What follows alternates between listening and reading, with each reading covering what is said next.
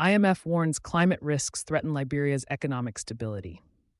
Climate-related shocks are no longer a future concern for Liberia.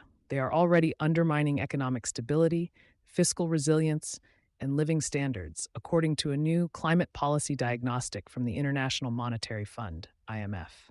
The report outlines a broad reform agenda aimed at reducing macroeconomic risk while accelerating energy access, climate adaptation, and long-term growth. The IMF finds that climate change poses macro-critical risks for Liberia, where roughly 70% of the population lacks access to electricity, and extreme weather events already disrupt food production, inflation, and economic output.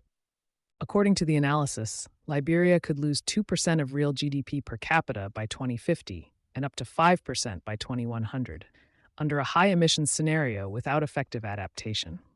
Extreme precipitation alone is estimated to reduce food production by 1.6 percentage points, cut per capita GDP growth by more than 3 percentage points, and push inflation higher.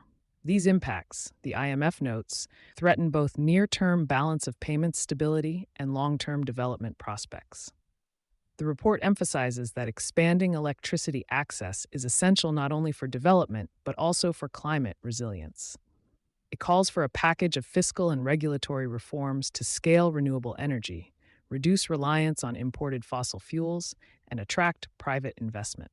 Recommended measures include net metering rules for rooftop solar, feed-in tariffs for renewable power producers, and competitive procurement programs for utility-scale projects.